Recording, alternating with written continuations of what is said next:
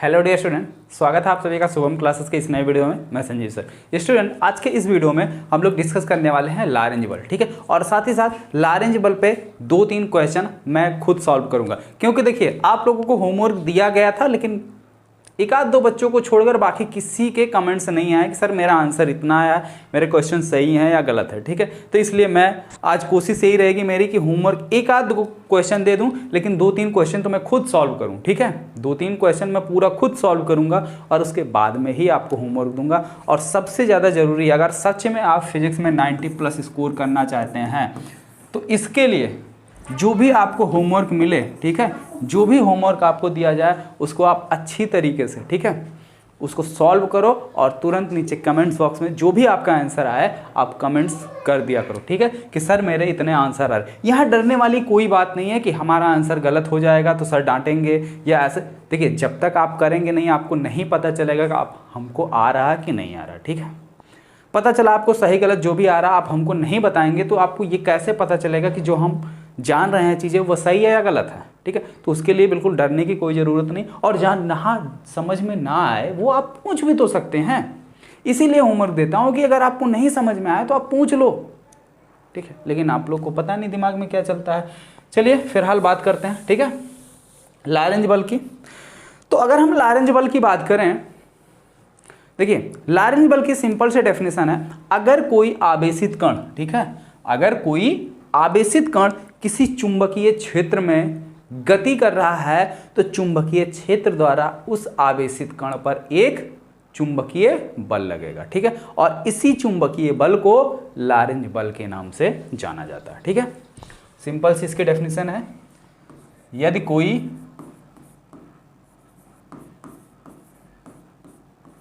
आवेशित कण, यदि कोई आवेशित कण किसी चुंबकीय क्षेत्र में, किसी चुंबकीय क्षेत्र में एक समान रूप से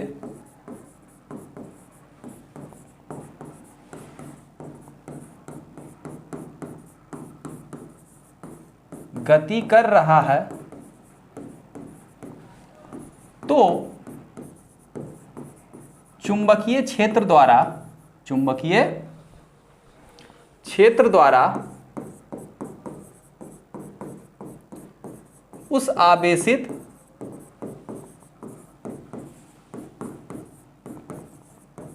कण पर एक चुंबकीय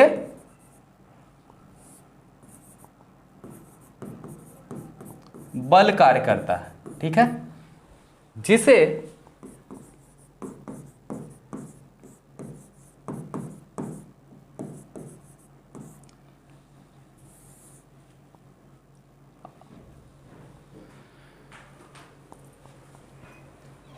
चुंबकीय क्षेत्र में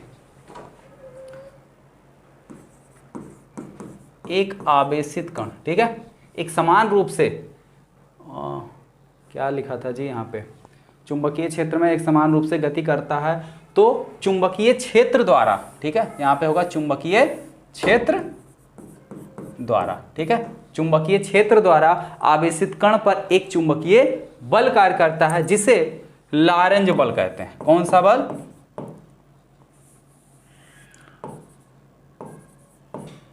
जिसे लारेंज बल कहते हैं, ठीक है, जिसे लारेंज बल कहते हैं, ठीक है। ये आपका है लारेंज फोर्स। बात समझ में आ गई, ठीक है। अब देखिए, यदि आवेशित कण, ठीक है, का मान Q है, ठीक है, अगर Q आवेश, जो आवेशित कण है, अगर हम मान लें उस पर टोटल आवेश कितना है, Q है, ठीक है। यदि Q आवेश का, ठीक है, यदि स्मॉल q आवेश का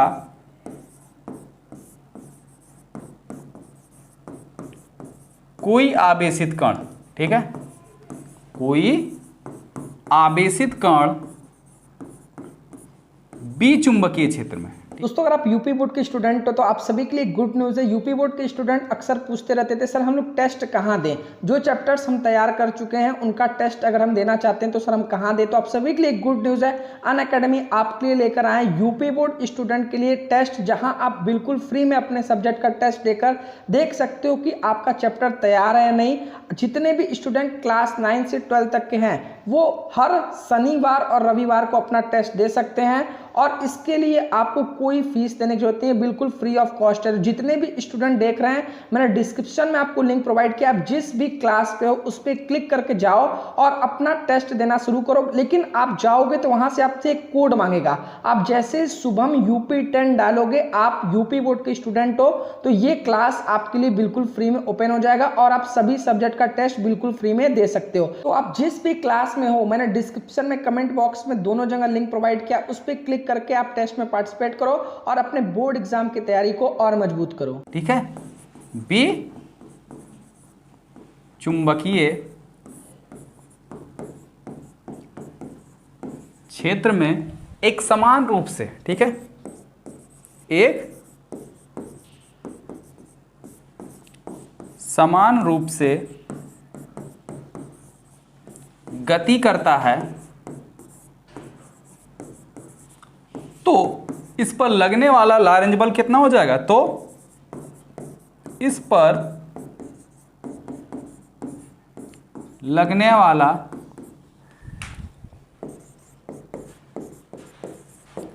लारेंज बल F इक्वल टू कितना हो जाएगा?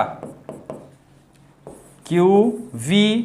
ठीक है। यदि कोई आवेशित कण, ठीक है, V चुंबकीय क्षेत्र में एक समान रूप से, ठीक है, V वेग से, यहां पे वेग भी लिखना होगा, एक क्षेत्र में B वेग से, ठीक है, स्मॉल v वेग से,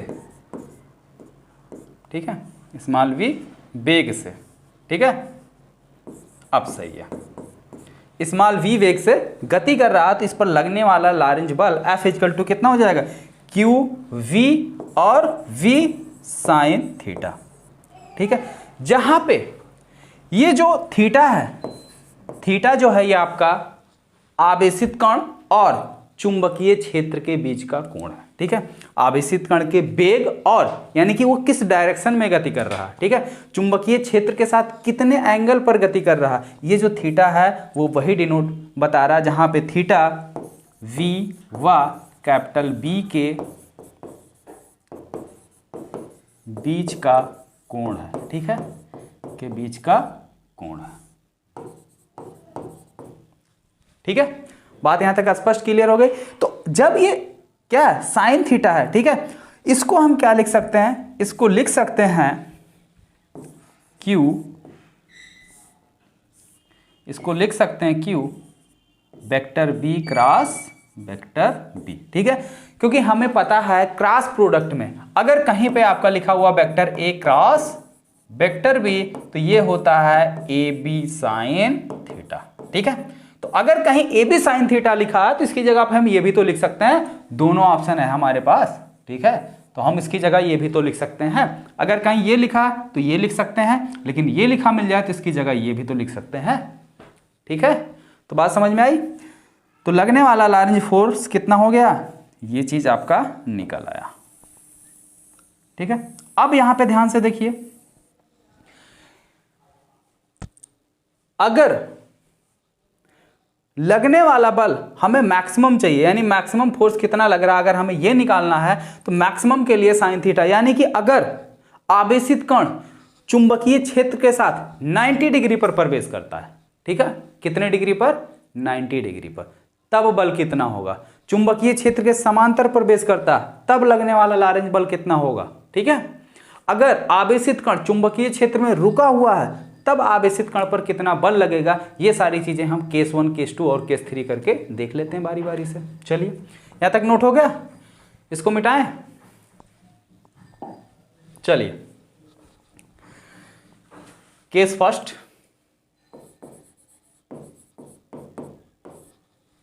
यदि आवेशित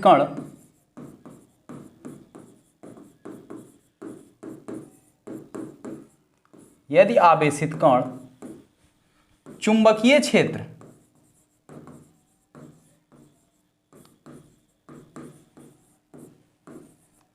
के साथ, चुंबकीय क्षेत्र के साथ 90 डिग्री, ब्रैकेट में आप लंबवत भी लिख सकते हैं, लंबवत प्रवेश करता है, लंबवत प्रवेश करता है, तब लॉरेंज बल कितना होगा? तब लॉरेंज बल F इक्वल टू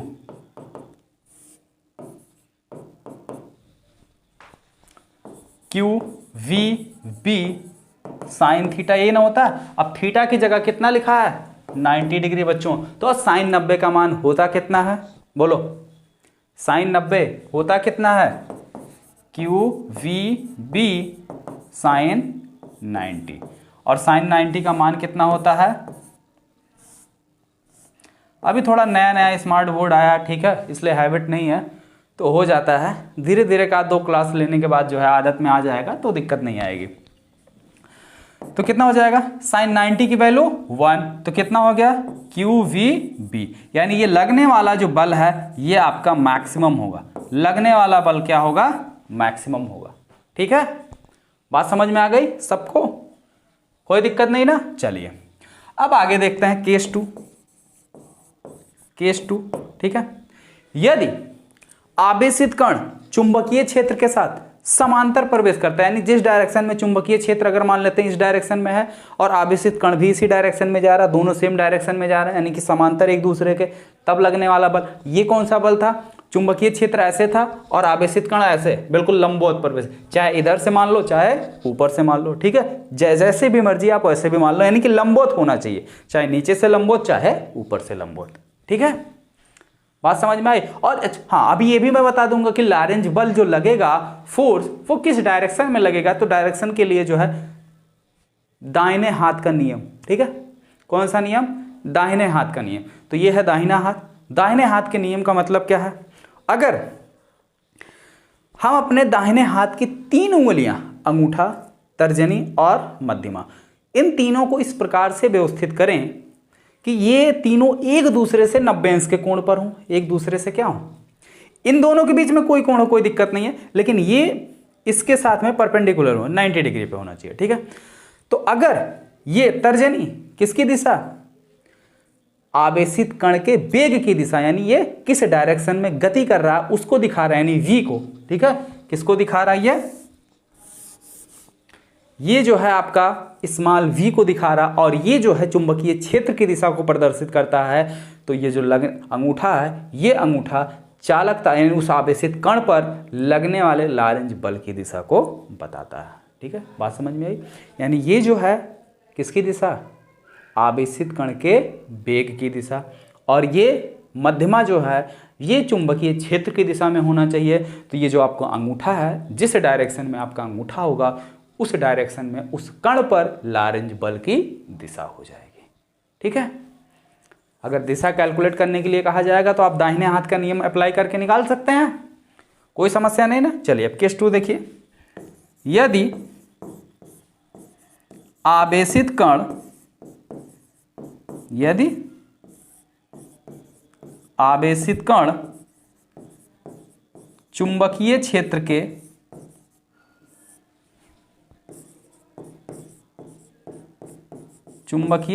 के समांतर प्रवेश करता है। कैसे? समांतर प्रवेश करता है।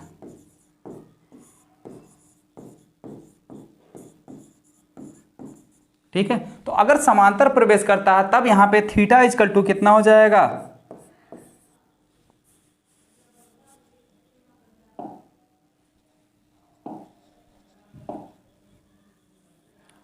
तब आपका थीटा इक्वल टू हो जाएगा 0 डिग्री। कितना? 0 डिग्री। ठीक है, तो लॉरेंज बल कितना हो जाएगा? F equal to Q B, sorry यहां पे आपका ये वाला भी होगा, Q V V sine 0 degree. और साइन 0 का मान कितना होता है? साइन 0 डिग्री बराबर होता है 0। ठीक है, साइन 0 का मान कितना होता है? 0। तो लगने वाला लॉरेंज बल F इक्वल टू आपका कितना आ गया? 0। ठीक है, लगने वाला लारेंज फोर्स आपका कितना निकल के आ गया? 0। यानी अगर समांतर प्रवेश करेगा तो उस पर कोई भी बल नहीं लगेगा, यानी कोई चुंबकीय बल नहीं लगेगा या कोई भी लारेंज फोर्स नहीं लगेगा। बात स्पष्ट? तो दोनों केस समझ में आ गए, केस 1 एंड केस 2। ठीक है, चलिए अब देखते हैं केस 3। केस 3 है यदि आवेशित कण चुंबकीय क्षेत्र में रुका हुआ हो। ठीक है, यदि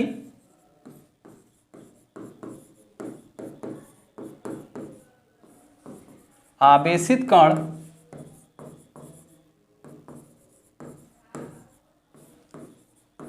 चुंबकीय क्षेत्र में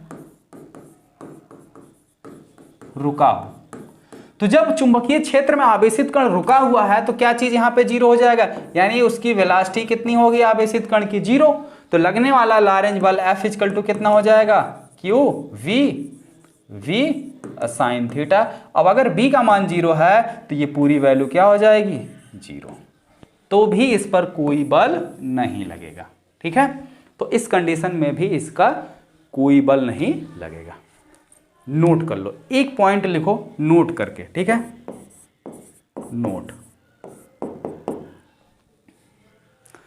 यदि कोई आवेशित कण चुंबकीय क्षेत्र तथा वैद्युत क्षेत्र दोनों की उपस्थिति में गति कर रहा हो। ठीक है, यदि कोई आवेशित कण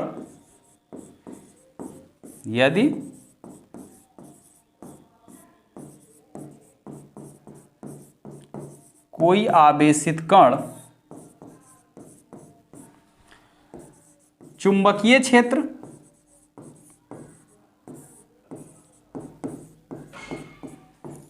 व वैद्युत क्षेत्र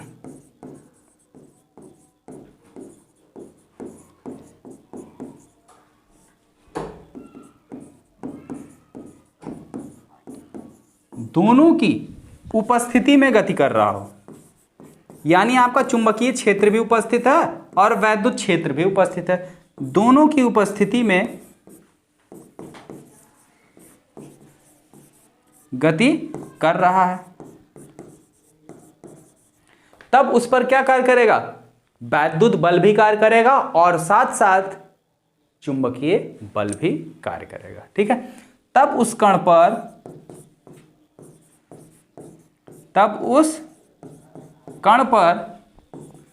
वैद्युत बल व चुंबकीय बल दोनों कार्य करेंगे। ठीक है, दोनों कार्य करेंगे। बात समझ में आई? तब उस पर लगने वाला लारेंज फोर्स कितना हो जाएगा? Lorentz force F equal to कौन कौन से बल कार्य कर रहे हैं?